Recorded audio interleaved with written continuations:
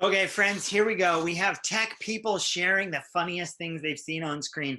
I love this just because some of it's just downright funny. Some of it's a little too real because I've overlapped with some of this stuff in my world as an electrician. So I hope you like it. Tech people share the funniest things that they've received. My grandpa thought his headphone jack was a screw hole. Poor grandpa's got a nice little, in the picture on the right, he's got a nice little uh, Phillips head screw screwed into the jack, the headphone jack of his lovely Samsung phone. And I'm guessing he's probably not going to be listening to music on it anytime soon. That might cause some damage. It's also a little brown on the top, and that's kind of nasty. So, Grandpa, clean your phone. The user dropped this while walking to the car. It came in the day after the Super Bowl.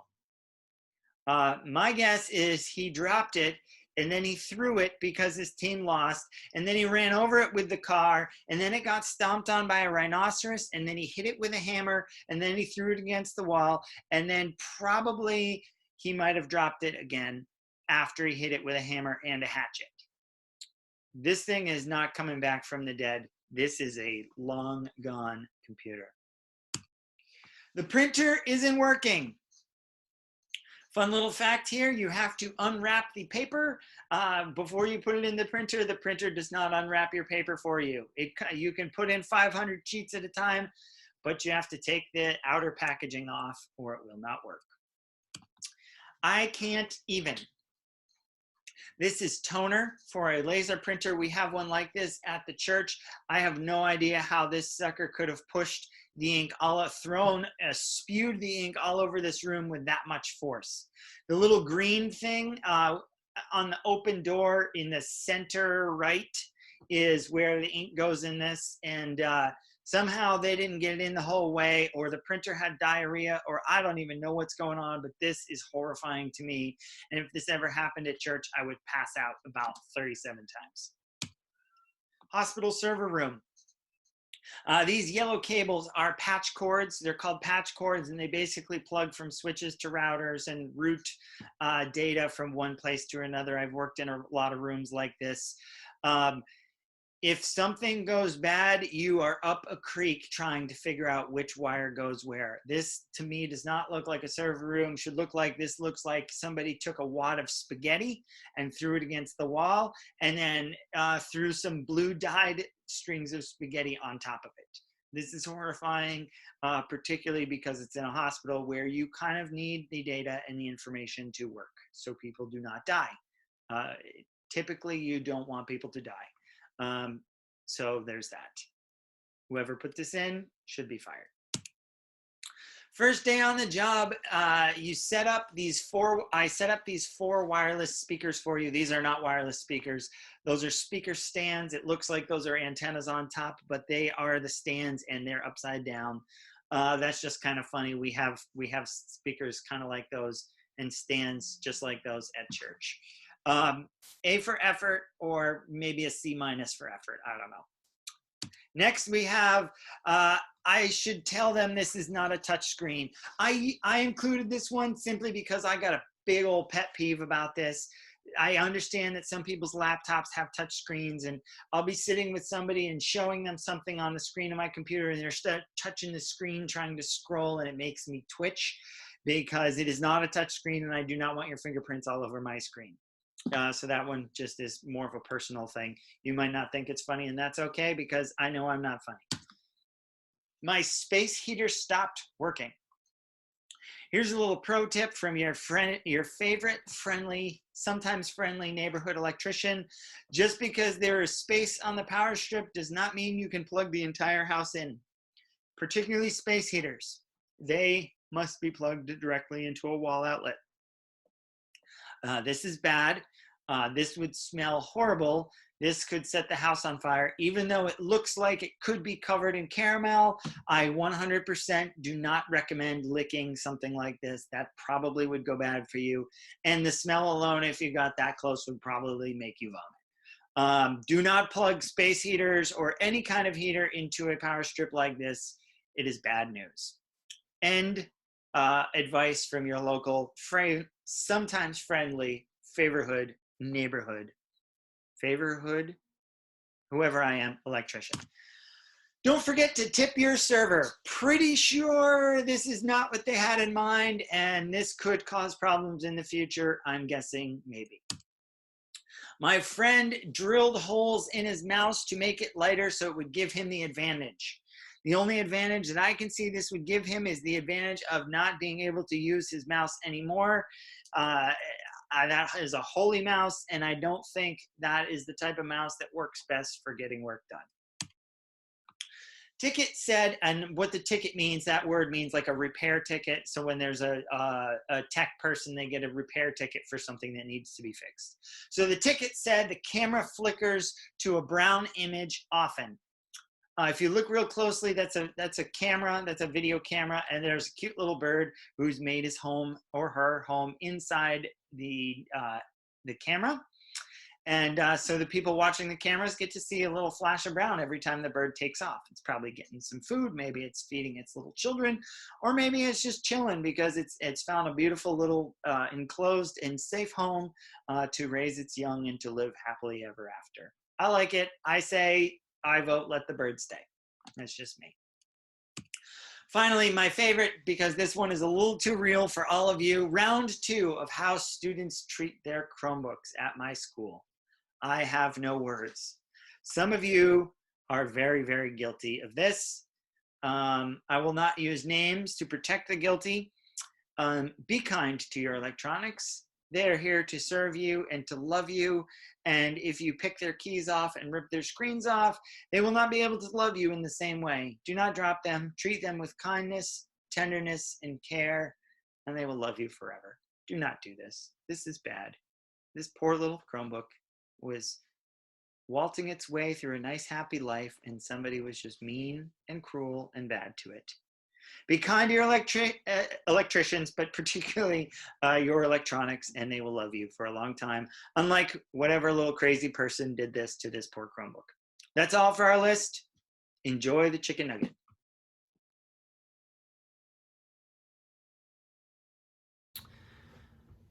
So when Elizabeth and I were first married, we lived down in Connecticut, or a Connecticut. I only know of one, so we'll just go with that. We lived down in Connecticut, and it was just outside of New York, kind of close to New York City. This is before Emily was born, and we lived down there, and I worked for an organization, and part of what we had to do was fundraising. And there was one particular day where there was this fancy Christmas party that we had to go to.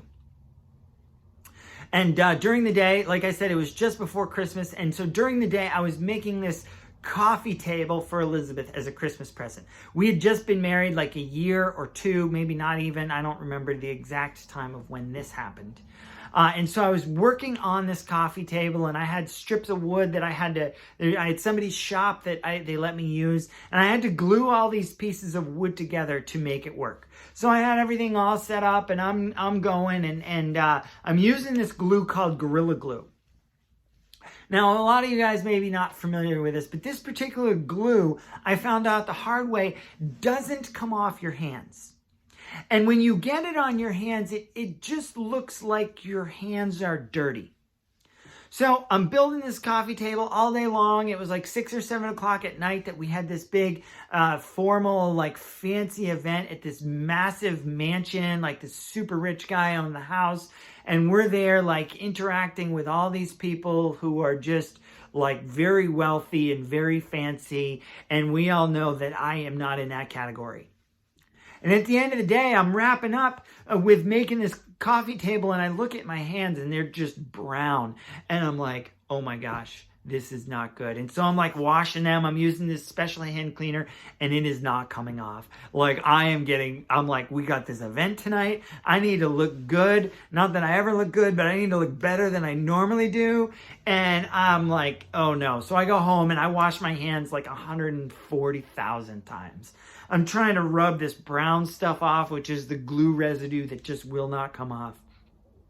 And it turns out that it didn't come off, and we still had the thing. And so I walked around all night at this event, like trying not to be rude. And I would shake hands with people when I would have to, but I would like keep my hands behind my back or in my pockets because I just felt so out of place.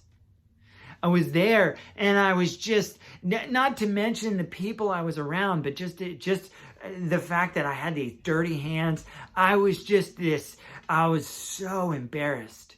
And the whole night I was just cringing, like I couldn't wait to get out of there. And I just felt like I don't belong here. Normally I would feel that, but I really felt it that night.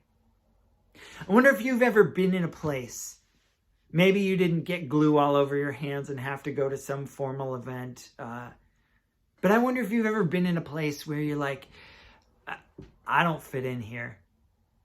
I don't belong. We're continuing looking at the book of 1 Peter. And actually, that's part of what he talks about, that we as Christians, actually, this world, this time we spend on earth is actually not our true home, which is a very interesting thought. This world is not our permanent home. God has something else for us. And so maybe we don't fit in. Maybe that's okay. We're going to come to that in a second, but first, let's take a look at the book of 1 Peter, right where we left off. Forgive me, I actually just lied to you. We're not going to pick up right where we left off. Last week we left off in verse 3 of 1 Peter chapter 2, and this week we're going to jump forward a few verses, and we're going to pick up in verse 9. And listen to what this says. This is really good stuff. But you are a chosen people. There's some element that we're set apart, that we're special to God. You're a royal priesthood, a holy nation, a people belonging to God, that you may declare the praises of him who called you out of darkness into his wonderful light. This is a declaration of what we as followers of Christ are.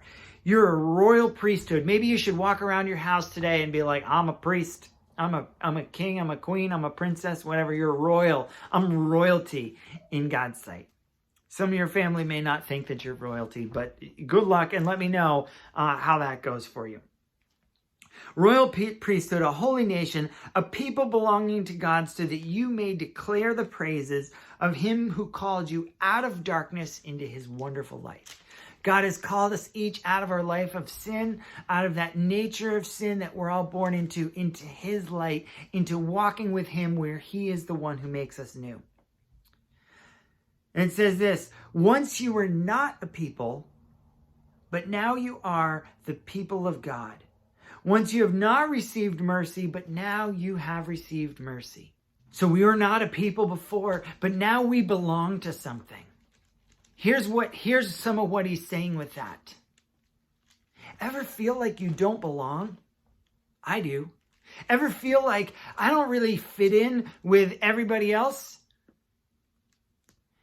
You don't need to feel like you have to fit into a specific category or title, because you are part of God's family. You are part of a bigger story that has been going on since the beginning of time. Once you were not part of this family, but now you are. Because you've placed your hope and your trust and your faith in Jesus. And if you haven't done that, once you do, you're part of his family. You're part of this big story of what God is doing. You're part of something so much bigger than yourself and each of our short existence on this earth. You're part of something massive that God is doing to make the world new. It said once you hadn't received mercy, and now you have. This is the forgiveness that we all enjoy from God. Then it says this. This is what I like where this goes. This is verse 11. He says, "Dear friends, I urge you, as aliens and strangers in the world." As aliens and strangers in the world. Now, the word alien here, he's not talking about extraterrestrials. That would be cool. But what he's talking about, what Peter is talking about here is people you hear, nowadays it's a controversial term. You've heard the term illegal aliens. I'm sure you've heard. And an alien is somebody who's living outside of their home country. So what he's saying I urge you as aliens and strangers in the world. What he's saying is we're strangers. We're living outside of our home country when we're in this world. So you're like, okay, so I'm a UFO? No, you're not a UFO. He's saying that this world is not our home. God has something so much bigger for all of us. We get eternal glory in heaven with Jesus. And sometimes we can only focus on the immediate right here and right now and this thing that's impacting me in this very moment. This seems like the end of the world, or this seems like the best thing ever. But it's so important for us to remember that there's so much more than our short years that we have on this planet, because God has an eternal home for us. Therefore, we are aliens and strangers in this world. But because of that, the next verse, he says we should abstain or keep away from sinful desires, which war against our soul. Because this is a place that we don't belong. We're not truly residents here, because God has his eternal home for us. We should avoid the sinful desires that are in all of us, and because they war in our soul. Ever feel that? Ever feel those things that you do or you think or you want to do are just kind of warring inside you? You're battling with yourself, like, oh, I know that's a bad idea. I know I shouldn't do that, but I also really want to, and I can't control myself, and this is that's exactly what he's talking about. That inner battle, that warring of the sinful desires that happens in us. And he says this: live such good lives among the pagans. Though they accuse you of doing wrong, they may see your good deeds and glorify God on the day he visits us. Pagans is a word that we don't really use very often anymore. It sounds pretty negative. It's not a very popular word to use anymore. The word pagans means really people who don't believe in God. It's not really a culturally polite way to address people who don't believe in God or haven't put their trust in God. But at the time, it was just a word that people happened to use. And so what Peter is saying here is that we should live our lives so well, so kind, so loving, so serving other people, around people who are not followers of Jesus, that they're in awe of it. Like, well, why is this person this way? I've been nasty to them, but they keep loving me. How do they do that? How is it they see the good deeds that I do for other people, the kindness I show to other people? There's no other way to explain that besides God. This is great. And this is a great thing for us to think about as we think about how I should live my life. I should live my life, Peter says, in such a way that when I act, people are like, who is this guy? What's up with these good deeds? What's up with this stuff? That doesn't make sense. And that gives us an opportunity to point to, well, it's actually not me. It's Jesus living within me that empowers me to do this. We're a chosen people. We're a royal priesthood. We have been set apart by God to be his people. He's called us out of darkness. He's called us to follow him and to give all of our lives to him, not just parts. And when we do that, we realize that we are part of his story. Our identity is wrapped up in him, and we're part of something so much bigger than ourselves. So we don't have to sit here and wonder and be like, well, I don't know if I fit in. I'm not really part of this group. I'm not really part of this group. And I don't really know who I am. Who you are is you're part of God's family.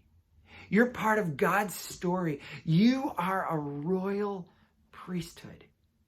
And because of that, you're an alien and stranger in this world.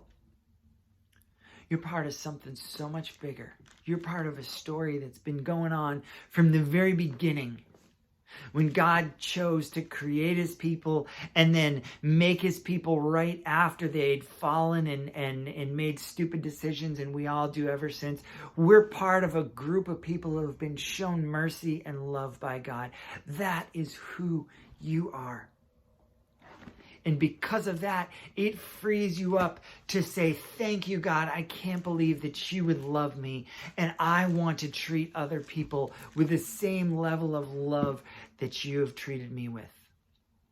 And man, when you can do that, when you can live like that, people will come up to you and say, what's your deal? I want some of that. I want some of whatever you've got, because I see the way you're living your life. It's not easy. You have hard things just like everybody else does in their life, but you are living and serving other people. And that's incredible, because not everybody does that. And you can share with people about the good news of Jesus, which is what everybody needs, which is what everybody wants, even people who don't realize that they want it. So that's what we got. Hope you guys are well. Hope you guys have a great Wednesday. And we'll talk soon.